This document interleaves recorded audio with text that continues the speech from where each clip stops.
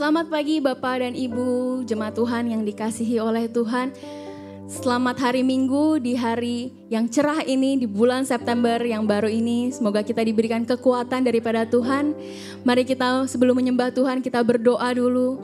Tuhan Bapa yang bertahta dalam kerajaan surga, terima kasih Tuhan buat kekuatan yang Kau berikan kepada kami. Hingga pada hari ini Tuhan kami masih sanggup berdiri teguh ya Bapa. Kami masih sanggup Tuhan untuk menghadapi yang ada di depan kami ya Bapa. Kami percaya bahwa kekuatan yang baru Tuhan hanya dari Engkau saja ya Bapa. Terima kasih Tuhan.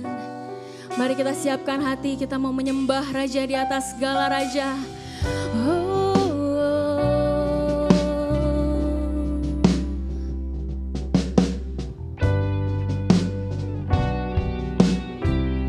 Mari kita angkat pujian ini. My Jesus, my Savior, Lord, there is none like you. All of my days, I want to praise the wonders of your mighty love. My comfort,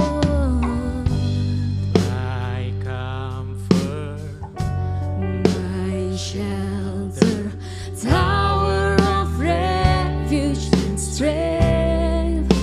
Let every breath, all that I never cease to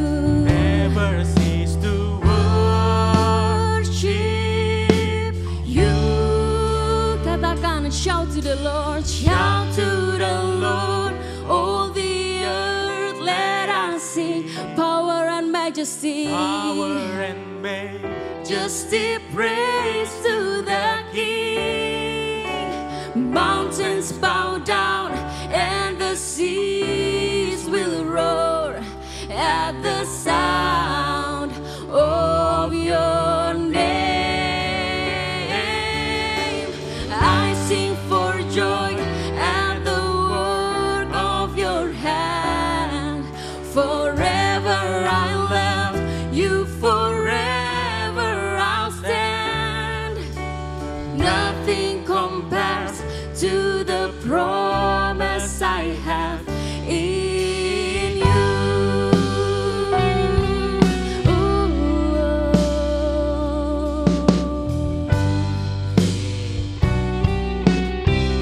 Mari kita katakan, Yesusku, Yesus, oh penyelamatku.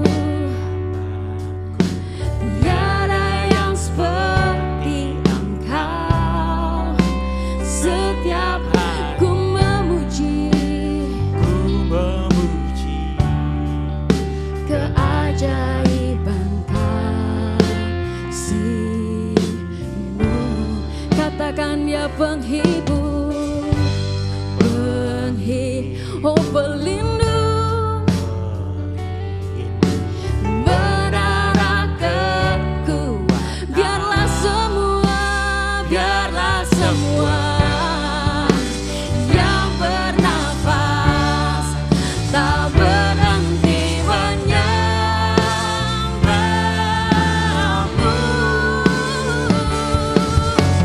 Nyanyi dan bersoraklah bagi Dia.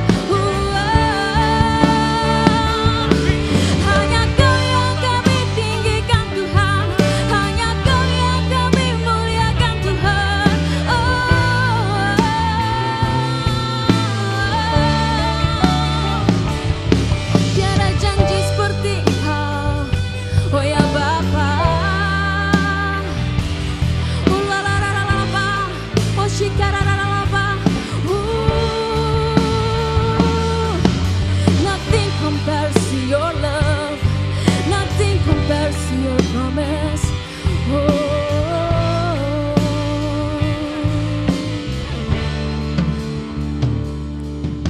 Shout to the Lord, all the earth, let us sing.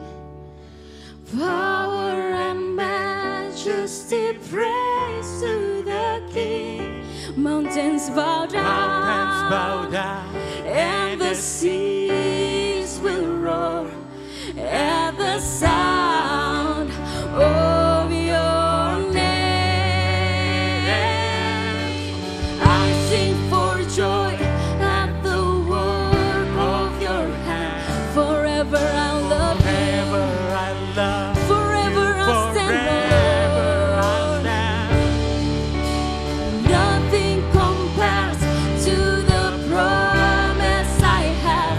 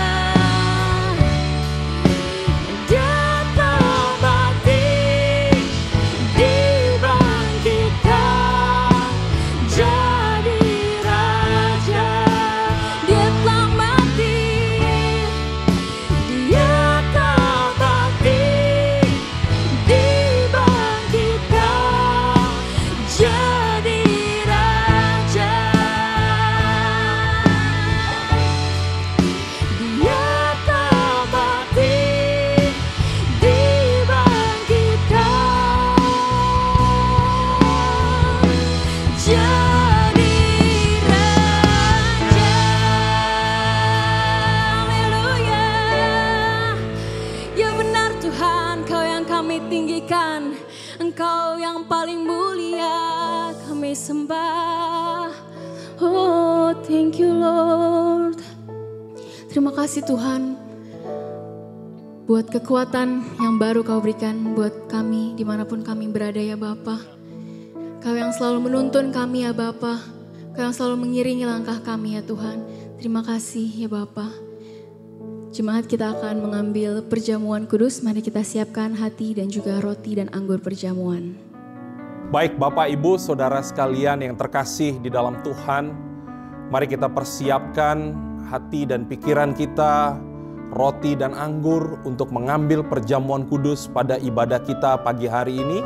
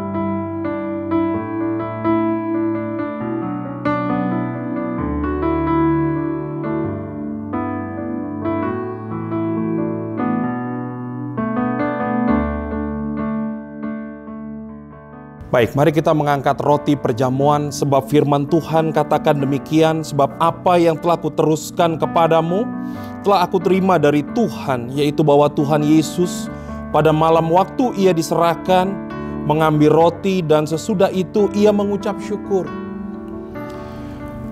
Dan ia memecah-mecahkannya dan berkata, inilah tubuhku yang diserahkan bagi kamu. Perbuatlah ini menjadi peringatan akan aku. Bapa, kami mengucap syukur Tuhan buat tubuh-Mu. Dan kami percaya pada pagi hari ini kami mengingat Engkau. Tubuh-Mu yang terpecah menyatukan kami, memulihkan kami. Bahkan kami percaya pada pagi hari ini ada mujizat boleh terjadi. Dan kami percaya pagi hari ini kami mau menghormati Engkau. Kami mau mengingat Engkau Tuhan. Di dalam perjamuan ini, di dalam nama Tuhan Yesus, kami mau menyambut roti sebagai lambang daripada tubuh Kristus pada perjamuan ini. Mari kita sambut bersama-sama Bapak Ibu Saudara sekalian.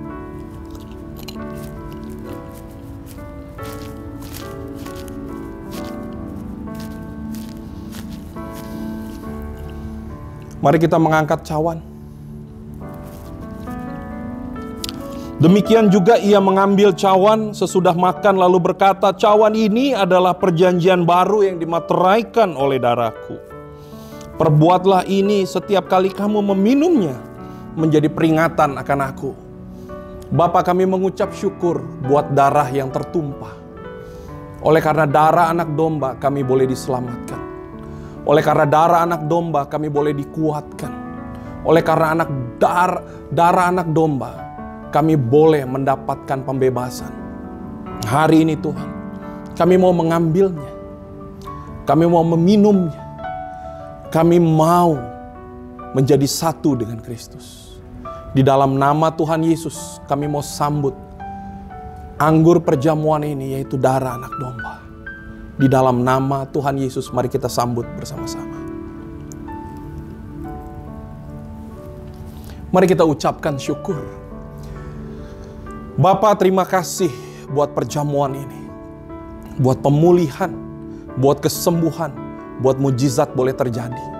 Dan kami percaya setiap kali kami mengambil ini Tuhan, mengambil perjamuan ini, kami mengingat dan kami tinggal di dalam Engkau.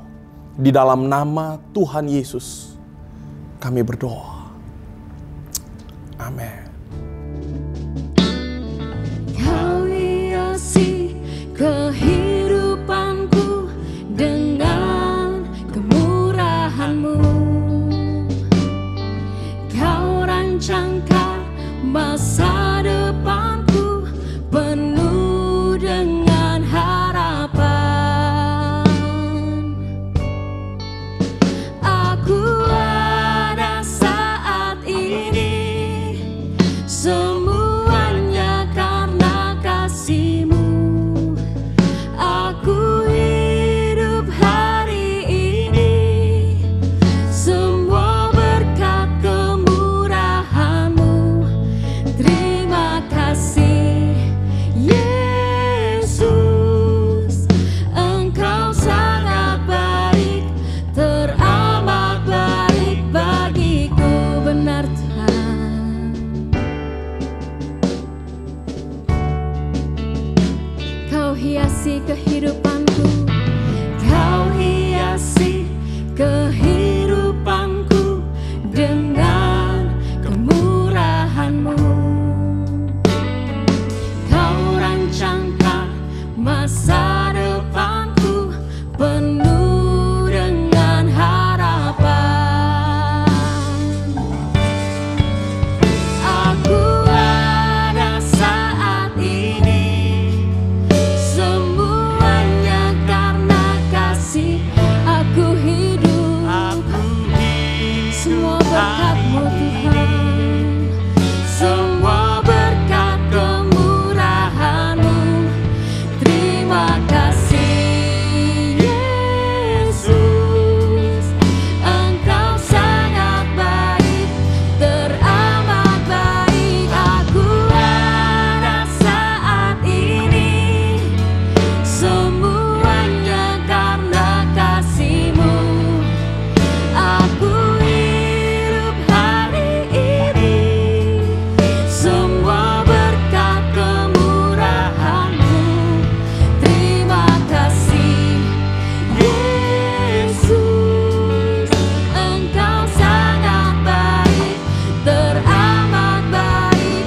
Kasih Yesus, Engkau sangat baik, teramat baik bagiku. Terima kasih Tuhan, Engkau Allah yang sangat baik buat setiap kehidupan kami. Kami akan menyiapkan hati kami untuk mendengarkan firman Tuhan. Amin. Saya senang dapat undangan dari Kak Marganti untuk bawa firman untuk Jakarta City Blessing. Saya kenal Marganti dan teman-teman dari dulu waktu baru mulai pelayanan, namanya waktu itu Maranatha, di kampus-kampus. Sangat exciting pada tahun-tahun itu. Sampai hari ini saya juga excited dalam pelayanan, dan ada sesuatu yang saya merenungkan dalam masa pandemi ini yang saya mau bagikan di dalam firman yang hari ini saya mau sampaikan. Di dalam pandemi COVID ini, apakah kita melihat iman bertumbuh? Kita melihat pertumbuhan rohani, kita melihat multiplikasi, kita rasa wow, ini exciting, atau hanya bertahan-tahan? Apakah kasih karunia Tuhan cukup bagi kita dalam masa pandemi COVID ini, yang sekarang kelihatan ada gelombang baru? 1,5 tahun lebih kita gumuli ini. Mungkin saya mau sampaikan, saudara tahu atau tidak, di Indonesia pembunuhan diri di antara anak muda meningkat drastis dalam pandemi COVID ini. Dan kebanyakan perempuan yang bunuh diri. Apa yang membuat orang mau hentikan hidup ini? Karena dia rasa besok tidak akan lebih baik daripada hari ini. Jadi lebih baik saya hentikan semua. Tapi kita orang percaya haruslah yakin dan hidupin keyakinan kita bahwa besok akan lebih baik. Pasti di dalam Tuhan akan lebih baik. Ada generasi sekarang, setiap generasi mungkin ingin Efesus pasal 3 ayat 20 nyata. Dialah yang dapat melakukan jauh lebih daripada apa yang saya bisa pikirkan dan doakan. Seperti yang ternyata dalam kuasa yang bekerja di dalam diriku. Mau buat sesuatu yang luar biasa. Tetapi mulai di mana? Bagaimana caranya untuk rubah dunia? Dan pada saatnya kita mulai bergerak, kita merasa lemah dan tidak sanggup. Dan saat itu Tuhan akan hadir dengan kuasanya. Karena waktu kita bergerak di dalam kelemahan kita, Tuhan juga bergerak di dalam kelemahan kita. Saya mau ulangi. Karena waktu kita bergerak di dalam kelemahan kita, Tuhan juga bergerak di dalam kelemahan kita. Matius 14 ayat 22 sampai 33 ada cerita Yesus berjalan di atas air menuju perahu di mana murid-murid ada di dalam, dan dia panggil Petrus, "Hei Petrus, keluar dari perahu, jalan di atas air kepadaku." Dan Petrus keluar dari perahu. Bawa dirimu ke dalam gambaran firman itu. Perahu apa? Apa itu perahu? Perahu adalah daerah nyaman. Tempat di mana kita bisa berfungsi dengan enak. Kita tahu bertumbuh, kita tahu melayani, kita tahu berfungsi dengan efektif dalam konteks ini, lingkungan ini, suasana ini. Dan keluar dari perahu artinya keluar dari daerah nyaman. Jalan di atas air. Air, apa itu? Waktu Petrus jalan di atas air, apa air itu dalam hidupmu? Air waktu itu tidak tenang. Dan air dalam hidup kita juga tidak tenang. Air melambang masalah, tantangan yang kita hadapi setiap hari dalam hidup ini. Dan waktu Petrus keluar dari perahu dan jalan di atas air, selama mata dia tertuju kepada Yesus, dia bisa berhasil jalan di atas air. Tapi waktu dia mulai fokus dengan ombak, dengan angin, dia mulai tenggelam. Kita juga dalam masa pandemi ini, kalau kita hanya fokus dengan COVID akan tenggelam. Tetapi kalau kita keluar dari daerah nyaman, di mana Tuhan panggil kita jalan di atas air, di atas masalah dan tantangan hidup, yang mungkin dulu menjatuhkan, sekarang kita bisa jalan di atas kalau mata terfokus, tertuju kepada Yesus. Kita perlu suatu generasi sekarang. Dan saya selalu bicara mengenai generasi karena kami layani anak muda, generasi muda. Sama seperti Jakarta City Blessing dan jaringannya banyak fokus dengan anak muda. Bukan akan tetap. Dan kita perlu satu generasi sekarang yang mau bangkit dan melebihi batas-batas dari generasi sebelumnya. Biasanya, satu generasi menerima warisan dari generasi sebelumnya. Mereka terima itu dan mereka meneruskan, memantapkan, membuat lebih bagus. Tapi jarang adalah entrepreneurial. Jarang adalah sesuatu yang baru, hanya diteruskan oleh generasi. Sekarang kita perlu generasi yang mau lahirkan sesuatu yang belum pernah dibuat. Dan mimpi gila bersama Tuhan. Saudara tahu istilah gila? Saya lihat di Indonesia banyak yang tidak mengerti. Gila apa arti? Gila, G-I-L-A, generasi ingin lawatan Allah. Itu yang kita perlu sekarang. Generasi yang ingin mimpi gila bagi Tuhan dan menjalankan. Saya beri istilah baru. Kita perlu generasi TAP. Generasi transformasi akhir pandemi. Generasi transformasi akhir pandemi. Transformasi apa? Transformasi dalam segalanya. Transformasi pujian penyembahan. Di mana pujian penyembahan bukan entertainment dengan banyak lampu warna-warni dan sound system yang mantap dan orang profesional main musik, penyanyi mantap.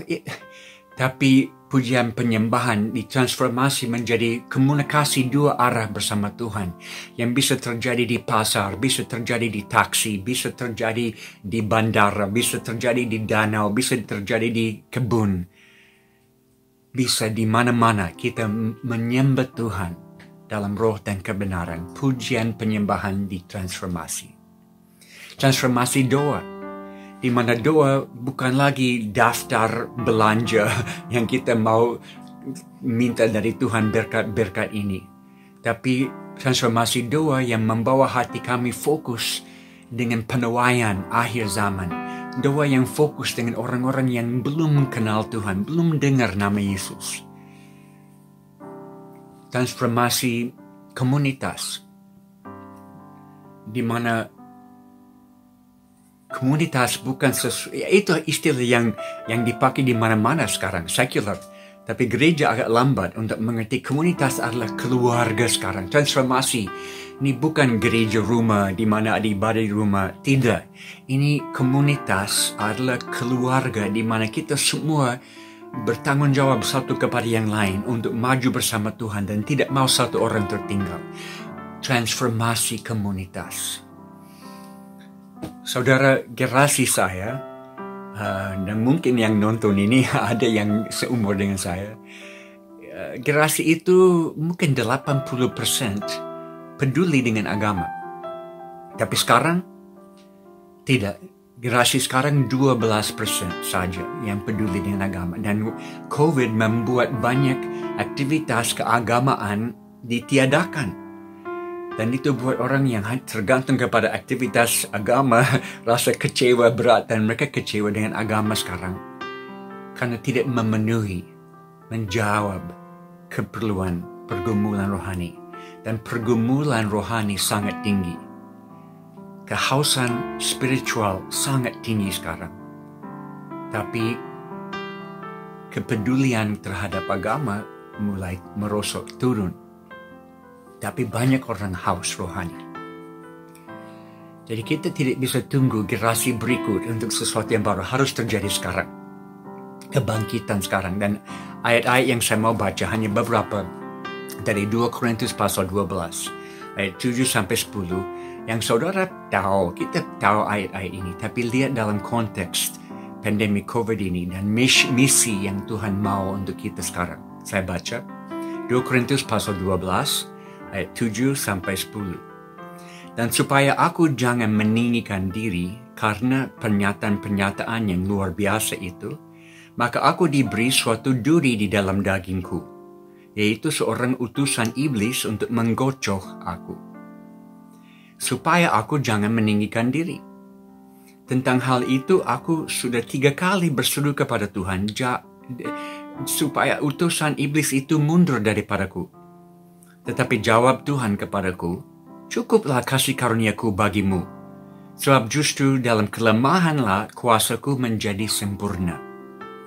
Sebab itu terlebih suka aku bermegah atas kelemahanku, supaya kuasa Kristus turun menanggung aku. Karena itu aku senang dan rela di dalam kelemahan, di dalam siksaan, di dalam kesukaran, di dalam penganiayaan, di dalam kesesakan, di dalam pandemi COVID ini. Oleh karena Kristus, sebab jika aku lemah, maka aku kuat.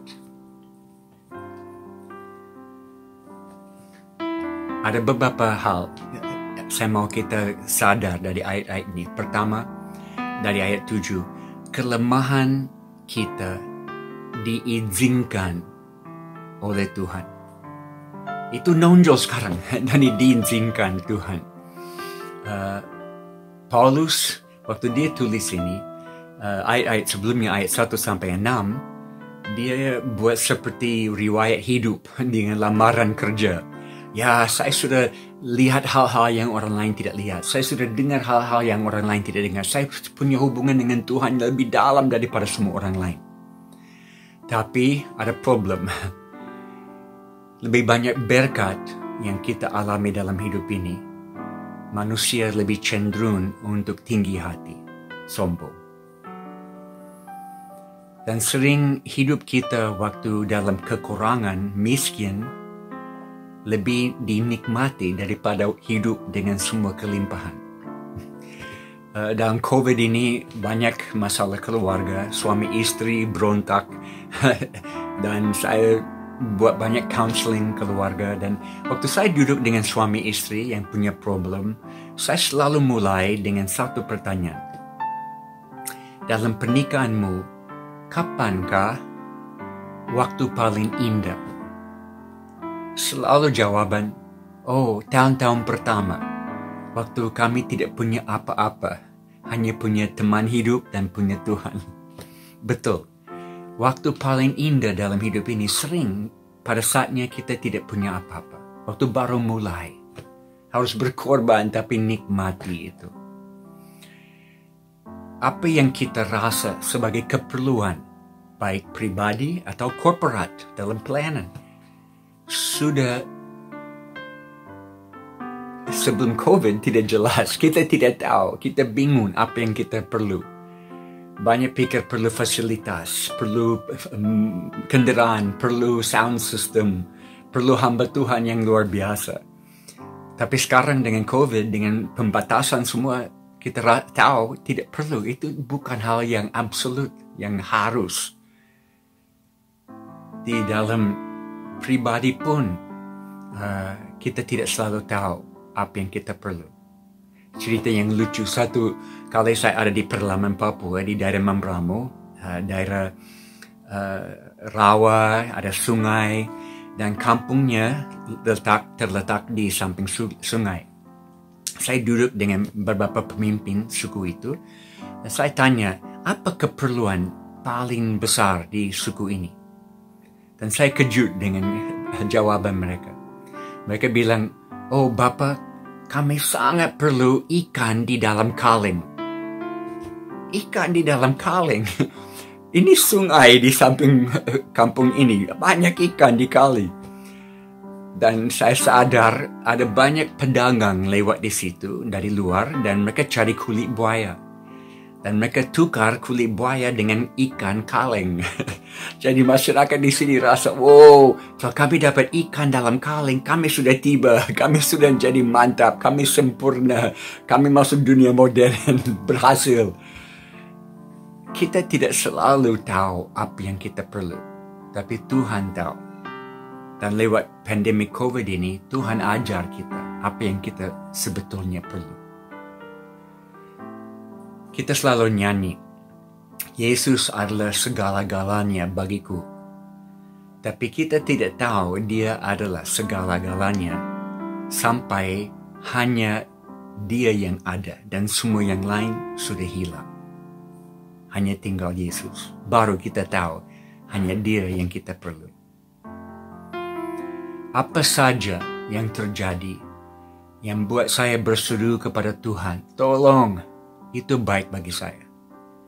Apa saja yang terjadi yang buat saya lari kepada Tuhan, itu baik dalam hidupku.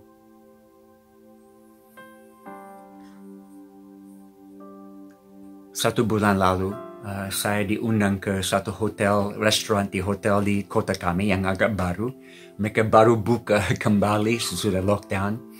Dan saya diundang oleh owner untuk datang makan dengan beberapa orang lain. Pertama kali dalam 1 tahun keluar dari rumah dan makan. Dan waktu di situ, tiba-tiba sambil cicipi makanan, saya dengar suara di belakang saya, Bapak Jim Yost, mau kenalin dengan orang ini. Saya balik dan berdiri dan ada teman saya yang di situ dan dia bawa dirjen pendidikan dari Jakarta dan mau kenalin dengan saya. Saya tidak kenal orang-orang penting di Jakarta. Siapa saya? Tapi dia perkenalkan saya dengan kata, Bapak Dirjen ini Jim Yost yang dia lahirkan sekolah di Papua yang menjadi sekolah terbaik yang berikan pendidikan berkualitas kepada anak-anak yang di bawah garis kemiskinan. Bapak harus ketemu. Dan kami duduk dan bicara, saya sharing tentang sekolah kami. Dan bukan ini sesuatu yang saya akan buat. Saya tidak akan cari profil besar. Saya tidak akan promosikan diri. Saya hanya tahu pendidikan dan kesehatan adalah 2 hal yang paling buat orang Papua terkebelakang, dan saya mau terjun dengan apa yang ada. Dalam kelemahan, saya mau beri apa yang saya punya, dan akhirnya ada hasil yang harap akan robah tanah Papua. Kelemahan kita diizinkan Tuhan. Yang kedua, dari ayat 9, kelemahan adalah guru yang mengajarkan kita tentang kasih karunia. Kita dibawa keluar dari daerah nyaman untuk berfungsi bukan berdasarkan kekuatan kita, tapi kekuatan Tuhan. Mungkin dalam arena yang kita tidak tahu, tapi it's okay. Tuhan akan pimpin. Dan baru di situ kita akan melihat Tuhan hadir dan bergerak. Ada dua prinsip yang bekerja sama di sini. Satu, kita bersiap-siap seolah-olah semua bergantung kepada kita. Dan kita bergerak seolah-olah semua bergantung kepada Tuhan. Kita bersiap-siap seolah-olah semua bergantung kepada kita. Dan kita bergerak seolah-olah semua bergantung kepada Tuhan. Kerjasama. Kita perlu kasih karunia untuk keselamatan. Kita perlu kasih karunia untuk setiap langkah dalam hidup ini. Kita perlu kasih karunia untuk pakai masker. Sudah 1,5 tahun pakai masker. Saya tidak tahu saudara bosan atau tidak. Saya susah pakai masker, tapi saya harus. Saya bukan orang yang lawan, karena perintah Yesus mengasihi Tuhan Allahmu dengan segenap hati, segenap jiwa, segenap kekuatan, dan akal budi, dan mengasihi manusia sesama seperti dirimu sendiri. Karena saya mengasihi orang lain, saya akan pakai masker. It's not about me. Ini bukan tentang saya, tapi tentang orang lain. Dan saya perlu kasih karunia. Ini Tuhan ajar saya tentang kasih karunia dengan pakai masker setiap kali saya keluar dari rumah. Kita perlu belajar kasih karunia dalam setiap aspek kehidupan ini. Di jemaat kami, Pokem, Pondok Kemuliaan, kami gereja terbesar di sini. Tapi waktu COVID datang, kami gereja pertama yang tutup. Dan banyak kritik, takut Tuhan atau takut COVID. Ini bukan hal takut. Ini karena mengasihi manusia yang lain. Dan tunduk kepada pemerintah. Jadi waktu minggu pertama sesudah tutup, kami bikin live streaming. Saya duduk di depan dengan 4 pemimpin, jaga jarak, dan kami menyembah Tuhan spontan. Saya bagi firman, sangat enak, akrab, dan kami nikmati. Tapi ada problem, popular, banyak orang nonton. Habis itu saya tanya semua teman, pemimpin, rekan-rekan, apakah kalau Yesus ada di sini, Yesus akan buat live streaming? Saya pikir tidak.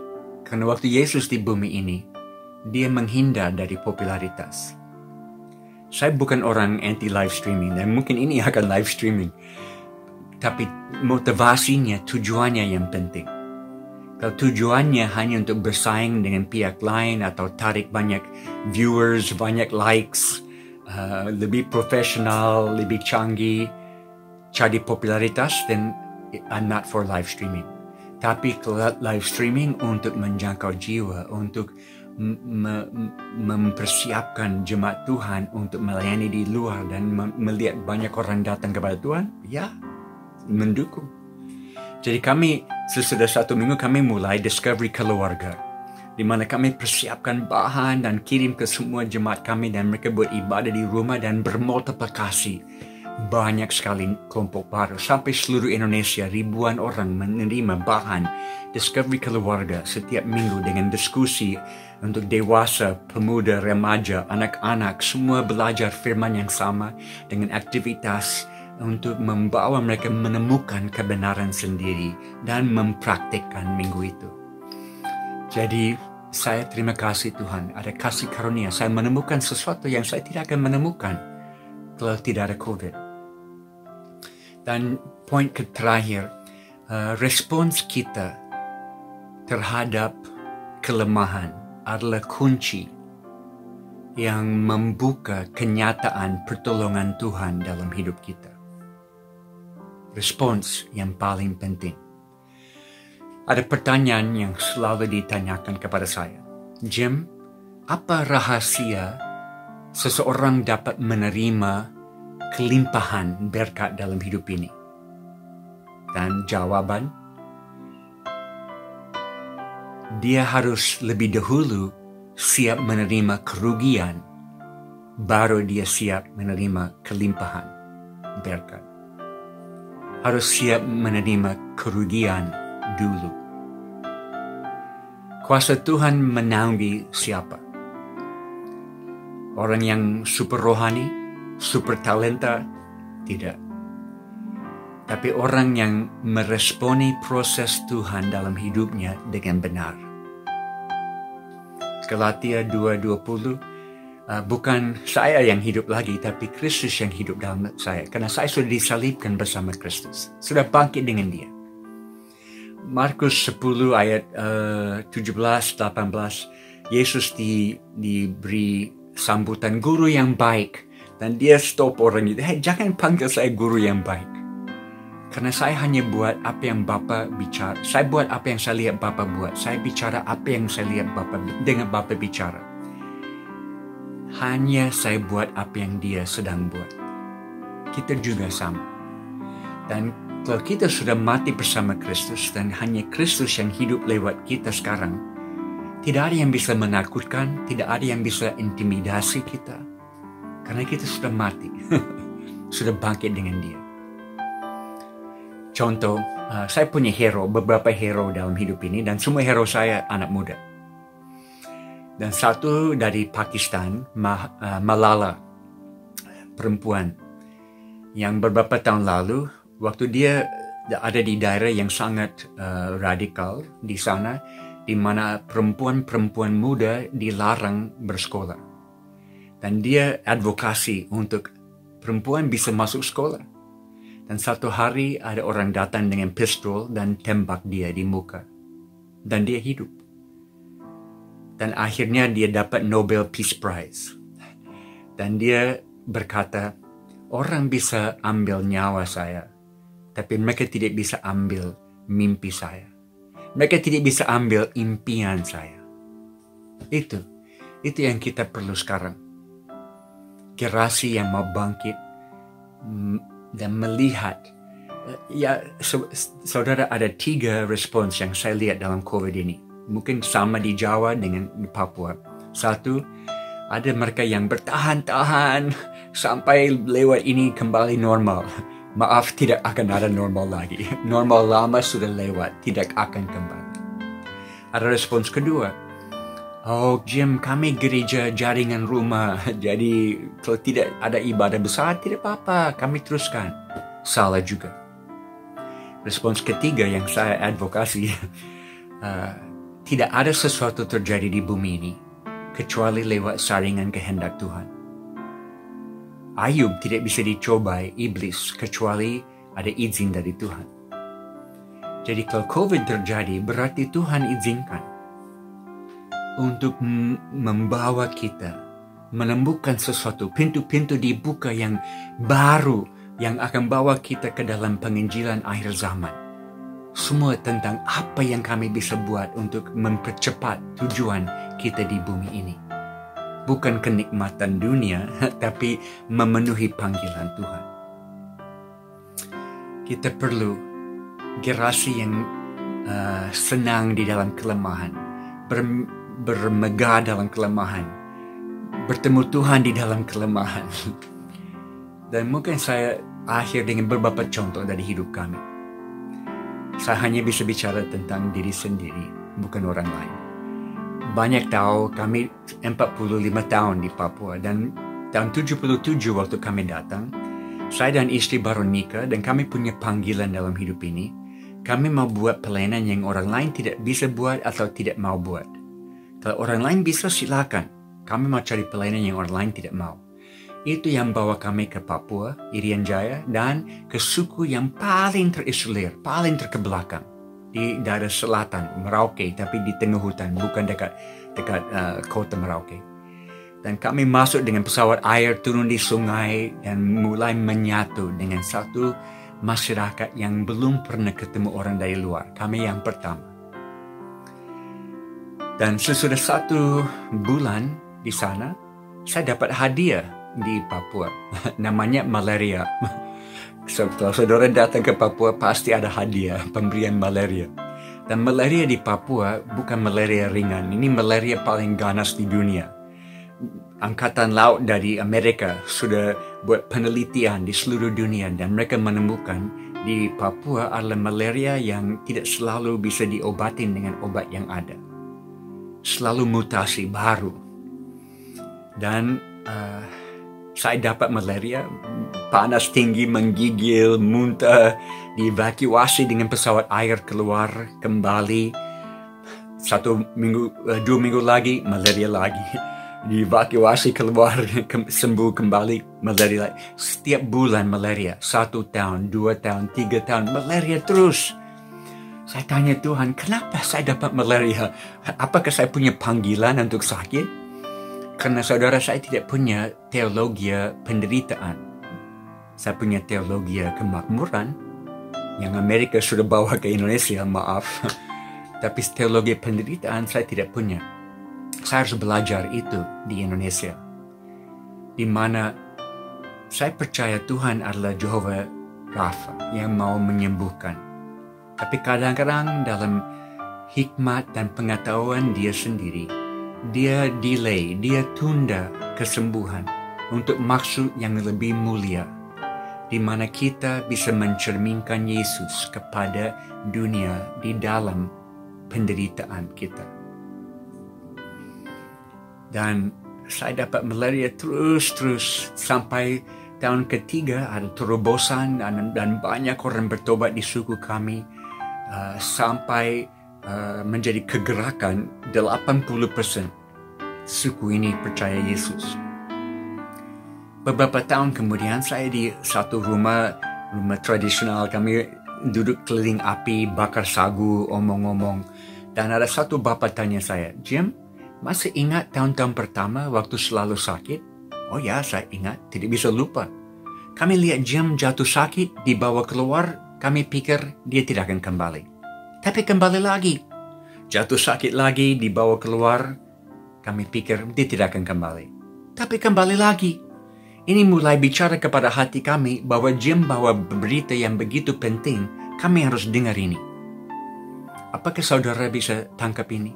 Tuhan pakai penderitaan dalam hidup saya sebagai persiapan bagi Injil di dalam hidup mereka.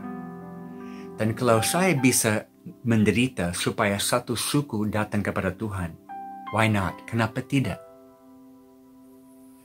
Beberapa tahun lalu, saya mulai kehilangan kemampuan lihat dengan mata kiri. Karena obat malaria itu keracunan.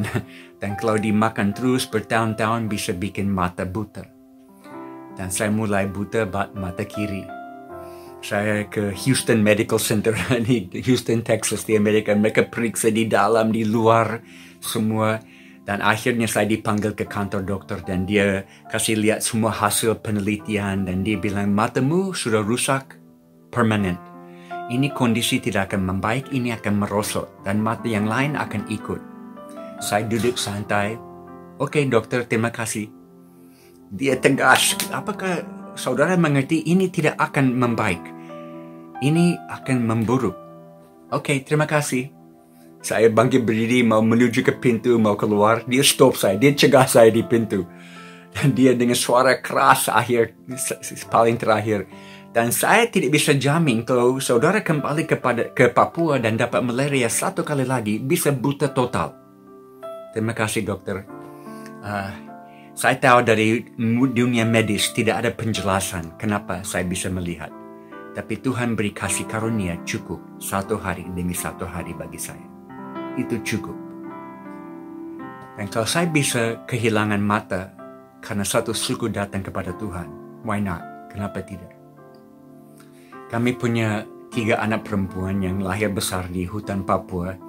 Kami homeschool mereka supaya mereka ada dalam tim pelayanan bersama kami. Dan mereka dapat malaria ratusan kali, berulang-ulang. Dan anak pertama, anak kedua hampir meninggal dalam koma 1 minggu, tidak sadar. Dan obat tidak menolong dan tidak ada pesawat untuk evakuasi. Kami hanya basuh mereka dengan air dan doakan, dan akhirnya sesudah 1 minggu Tuhan kembalikan mereka kepada kami. Tapi susah, tidak gampang sebagai ayah yang bertanggung jawab. Ada rekan-rekan misi yang lain yang tegur saya. Mereka bilang, Jim tidak bertanggung jawab. Ini terlalu bahaya, harus pulang ke Amerika, tidak bisa tetap di tengah hutan. Saya bergumul dan satu hari saya berdoa, Tuhan, saya percaya panggilan-Mu masih ada di atas hidup kami. Dan saya buat semua yang ada dalam kemampuan saya untuk menjaga keluarga saya. Saya harus percaya Engkau akan mencukupi kekurangan saya. Dan hari itu saya dapat damai sejahtera dalam hati saya. Saya tahu Tuhan akan selalu mencukupi kekurangan saya. Dan kalau saudara ketemu anak-anak saya, mereka sangat senang. Mereka besar di hutan Papua. Mereka tidak rasa kekurangan sedikit pun. Mereka rasa mereka anak-anak yang paling kaya di dunia. Dan mereka semua keluar kuliah dan masuk profesi bidang masing-masing. Dan mereka teruskan misi Tuhan dalam hidup mereka lewat bidang yang mereka pilih. Seperti Amy, anak pertama. Yang waktu di hutan, dia bantu mama di klinik. Dia umur 12 tahun, dia bisa bantu ibu-ibu melahirkan. Umur 12 tahun, dia bisa jahit kulit yang terbelah dari perang suku. Umur 12 tahun, dia bisa pasang tulang yang patah. Akhirnya dia ikut kuliah medis di Amerika supaya dia bisa dapat teori yang sesuai dengan praktik yang dia sudah tahu. Dan dia kembali dan sekarang di kota di mana kami tinggal di Sentani, dia buka klinik kesehatan. Di mana banyak orang datang dan tubuh dijamah Tuhan dan rohnya dijamah Tuhan. Dan dalam COVID ini, klinik kami sekarang setiap hari melayani 600 pasien. Karena semua takut ke rumah sakit karena COVID ada di situ. Jadi mereka datang dan tetap dilayani dengan apa yang ada pada kami. Mungkin saya akhir dengan satu cerita terakhir. Pada satu saat kami mau buat baptisan air di suku di samping suku yang kami layani di pedalaman. Karena waktu kami lihat kegerakan di suku kami ajar mereka langsung. Injil dibawa kepadamu supaya bisa kamu bawa ke suku yang lain. Jadi mereka jadi missionaries langsung jadi. Dan mereka bawa ke suku-suku yang dulu adalah musuh mereka. Yang membunuh dan memakan orang tua mereka. Semua orang seumur dengan saya dan lebih tua tahu rasa daging manusia. Mereka kanibal pada waktu itu. Jadi musuh di sebelah timur dari suku kami adalah suku yang kanibal, membunuh dan makan orang tua mereka. Tapi mereka balas dengan kasih Tuhan. Luar biasa. Dan kami masuk satu kali untuk baptisan air pertama di tengah-tengah suku itu. Dengan pesawat air kami take off di sungai kami, di kampung kami. Dan saya satu penetua jemaat dan pilot, 3 orang. Karena di mana kami mau turun itu sungai sempit, kecil dan tidak bisa terlalu berat, harus ringan. Karena pesawat hanya bisa landing dan take off di sungai yang tanjung cukup memungkinkan. Jadi kami turun dari pesawat dan pilot bawa pesawat ke tempat lain, layani missionaries yang lain, nanti sore akan datang jemput. Hari itu kami buat baptisan air, banyak orang dibaptis, ada banyak makan, dan kami nikmati hari itu. Sore pesawat mau datang jemput, dan kami lihat awan-awan hitam yang berkumpul di bagian timur dan sebentar akan ada hujan. Oke, kami harus naik pesawat cepat. Pesawat turun, kami siap-siap naik. Tapi karena hujan mau turun, pilot tidak punya waktu untuk cek float-float, pelampung-pelampung yang ada retak-retak dan air bisa masuk ke dalam bikin berat pesawat. Dia selalu pompa air keluar dari float-float itu. Tapi dia tidak punya waktu karena hujan mau datang. Dia putar pesawat ke ujung tanjung, dia mau mulai take off. Dan waktu dia mulai dapat kecepatan cukup, dia tidak bisa naik. karena angin yang tiup dari bagian timur tiba-tiba berubah 180 derajat dan datang dari bagian barat. Tidak ada kaus angin, tidak bisa tahu. Tapi waktu dia coba naik, angin dari belakang menahan pesawat di bawah. Sampai kami mendekat ujung tanjungnya, di mana semua belok ke kiri tidak kelihatan lagi. Dia full gas dan pesawat naik sedikit di atas air dan mulai keluar di atas tanah. Tapi di depan kami ada hutan yang begitu tinggi dan kami sebentar akan tabrak dengan pohon-pohon. Saat terakhir, pilot tarik satu lever yang ada di dalam kokpit pesawat itu, yang setel kabel sayap kanan dan kiri. Dia tarik full flaps dan buat sayapnya putar dan efeknya pesawat loncat ke atas pohon-pohon. Kami keluar ke atas. Tetapi ada satu kabel yang ada kerusakan sedikit, dan waktu dia tarik full flaps, tekanan itu membuat kabel itu putus di udara dan pesawat mulai jatuh. Tidak bisa dikendalikan oleh manusia, tapi bisa dikendalikan oleh Tuhan. Seperti suku ini, orang-orang di suku ini selalu bilang, Jim, waktu pesawat naik ke atas, Tuhan memegang sayapnya. Dan hari itu betul, Tuhan memegang sayapnya. Karena kalau kami turun dan jatuh ke tengah-tengah hutan yang padat, pasti terbakar, hancur total, tidak bisa hidup. Tapi pesawat jatuh ke bagian kiri, di mana sungai sudah belok ke situ, tidak kelihatan dari kami. Dan pesawat jatuh ke dalam air yang dangkal, satu float patah lepas, satu sayap patah lepas. Tapi yang sisanya masuk ke dalam air, terbalik, mulai tenggelam. Di dalam beberapa detik kami ada di bawah air. Hanya ekornya ada di atas air. Air masuk ke dalam pesawat cepat. Saya coba buka pintu, tapi sayapnya sudah patah dan menghalang buka pintu. Tidak bisa. Pilot, dia lihat dari ekor pesawat yang ada di atas air, dia lihat terang matahari yang masuk ke dalam. Karena di ekor pesawat Cessna itu ada satu pintu bagasi kecil yang hanya bisa dibuka dari luar, tidak bisa dibuka dari dalam. Tapi ini sudah buka. Siapa yang buka pintu itu? Tuhan sudah buka supaya ada cara untuk kami keluar. Pilot bilang, ayo ikut saya. Dia lepas bang pengaman dan dia mulai keluar dari ekornya. Saya mulai ikut dia dan saya sadar di belakang saya ada penetua jemaat yang sangat ketakutan. Dia berteriak, tolonglah saya, saya akan mati. Karena saudara ini hari pertama dia naik pesawat. Dia tidak tahu caranya pasang ban pengaman. Saya sudah buat semua untuk dia. Dan bukan hanya satu di pinggang, tapi ada satu lagi, 3 ban. Kompleks. Saya pasang dan bongkar semua untuk dia. Saya pikir bagaimana saya bisa bantu dia dalam beberapa detik dengan air masuk. Kami tidak punya waktu lama. Saya balik mau bantu dia. Dia duduk di situ dengan semua ban lepas. Dia tidak tahu bagaimana dilepaskan atau siapa yang lepaskan. Ada malaikat yang bantu dia. Saya ambil tangan, saya keluar dari pintu bagasi itu, saya tarik dia keluar, dan waktu kaki dia lepas dari pintu, kami semua ada di luar. Ekor pesawat ke bawah. Kami hitung 1 menit. Dari point of impact sampai pesawat ada di bawah. Cukup 60 detik kami bisa keluar. Dan kami berenang sampai ke pinggir kali dan kami bermalam di situ. Tunggu search and rescue esok hari. Dan malam itu hidup saya seperti video yang diputar dan saya lihat semuanya dan saya sadar seharusnya saya sudah mati dengan pesawat yang terbakar di hutan. Tapi Tuhan berikan waktu tambahan, extra time, dengan tujuan yang hanya Dia tahu. Dan Kolose pasal 3 ayat pertama menjadi lebih berarti. Saya mau cari perkara-perkara di atas, bukan perkara sementara di sini. Karena hidup ini tersembunyi di dalam Dia di sana. Ini yang saya sampaikan lewat firman hari ini, saudara. Kita punya waktu terbatas. Mari kita kejar dengan segalanya yang kita punya, memenuhi panggilan Tuhan.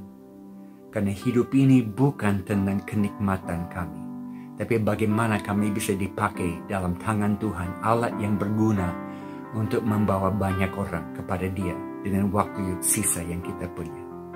Saya mau berdoa bagi jemaatmu. Tuhan, terima kasih karena semua yang Kau sudah lahirkan di Jakarta lewat Jakarta City Blessing. Saya minta supaya Engkau buat mereka tidak puas, harus ada lagi. Lewat COVID ini pintu-pintu baru dibuka, biar mata mereka melihat dengan matamu, kaki mereka lari dengan kakimu, tangan mereka diulurkan dan menjamah dengan tanganmu, biar mereka ada dengan mengikuti pekerjaan Bapa yang menonjol di bumi ini sekarang. Saya minta supaya mereka tidak lambat, mereka tidak bingung, tapi berikan mereka mata untuk melihat pintu yang Kau buka lewat pandemi COVID ini. Berikan hati yang mau taat dan taat cepat, dan melihat kuasa-Mu nonjol di atas mereka. Di dalam kelemahan mereka, kekuatan-Mu akan nampak. Terima kasih, dalam nama Yesus kami berdoa. Amin. Tuhan menyertai kita semua. Puji Tuhan, Bapak Ibu Saudara sekalian yang terkasih, saya percaya bahwa pada pagi hari ini kita belajar firman Tuhan dari Pastor Jim Yos yang boleh memberikan kekuatan buat kita. Pada kesempatan ini kita akan memberikan persembahan yang terbaik, baik perpuluhan, persembahan misi, atau buah sulung, atau persembahan apapun itu.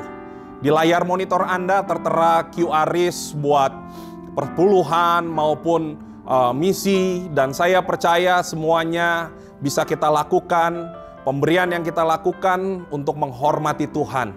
Baik, kita akan bersatu di dalam doa, kita berdoa bersama-sama buat persembahan, mendedikasikannya, dan sekaligus menutup ibadah kita bersama-sama. Mari kita satukan hati. Bapa, kami mengucap syukur buat pagi hari ini kami boleh memberikan persembahan yang terbaik. Di dalam nama Tuhan Yesus, kami percaya bahwa setiap persembahan yang diberikan boleh menghormati Tuhan dan boleh dipakai untuk memperlebar kerajaan-Mu Tuhan. Kami mengucap syukur Engkau yang melipat kali gandakan untuk segala sesuatu yang kami kerjakan ya Bapa, boleh membawa hasil yang dipakai untuk memuliakan Tuhan. Pada pagi hari ini kami juga mengucap syukur buat firman-Mu yang boleh menjadi kekuatan. Kami percaya setiap firman yang ditabur tidak akan kembali dengan sia-sia. Hal itu boleh memberikan buah-buah yang matang, yang bisa dinikmati oleh banyak orang melalui kehidupan kami. Kami juga mau berdoa pada pagi hari ini sebagaimana murid-murid-Mu berdoa. Bapa kami yang di surga, dikuduskanlah nama-Mu, datanglah kerajaan-Mu. Jadilah kehendak-Mu di bumi seperti di surga. Berikanlah kami pada hari ini makanan kami yang secukupnya, dan ampunilah kami akan kesalahan kami, seperti kami juga mengampuni orang yang bersalah kepada kami. Dan janganlah membawa kami ke dalam pencobaan, tetapi lepaskanlah kami daripada yang jahat. Karena Engkaulah yang mempunyai kerajaan dan kuasa dan kemuliaan sampai selama-lamanya. Dan terimalah berkat-berkat yang daripada Tuhan. Tuhan memberkati engkau dan melindungi engkau. Tuhan menyinari engkau dengan wajah-Nya dan memberi engkau kasih karunia. Tuhan menghadapkan wajah-Nya kepadamu dan memberikan engkau damai sejahtera yang melampaui segala akal dan pikiran. Mulai hari ini sampai Maranatha Yesus datang kedua kali. Di dalam nama Tuhan Yesus, kita semua yang diberkati berkata amin. Amin. Tuhan memberkati Bapak Ibu Saudara sekalian. Stay safe and God bless you.